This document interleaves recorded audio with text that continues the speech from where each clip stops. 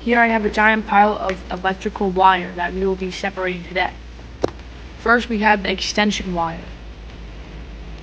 Then we have the thick stuff that comes from the other version that. Then we have the thick version of the other one. We have Romex number 1 and the very thick stuff. Today I'll be doing this stuff. I just took out the outer sheathing, now we'll strip it.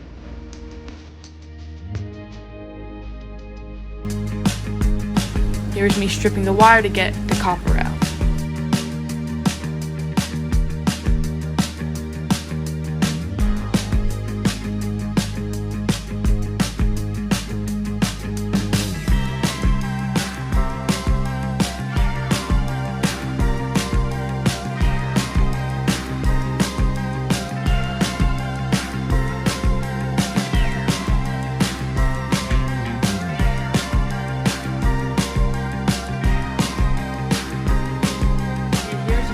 Guys, see you next time.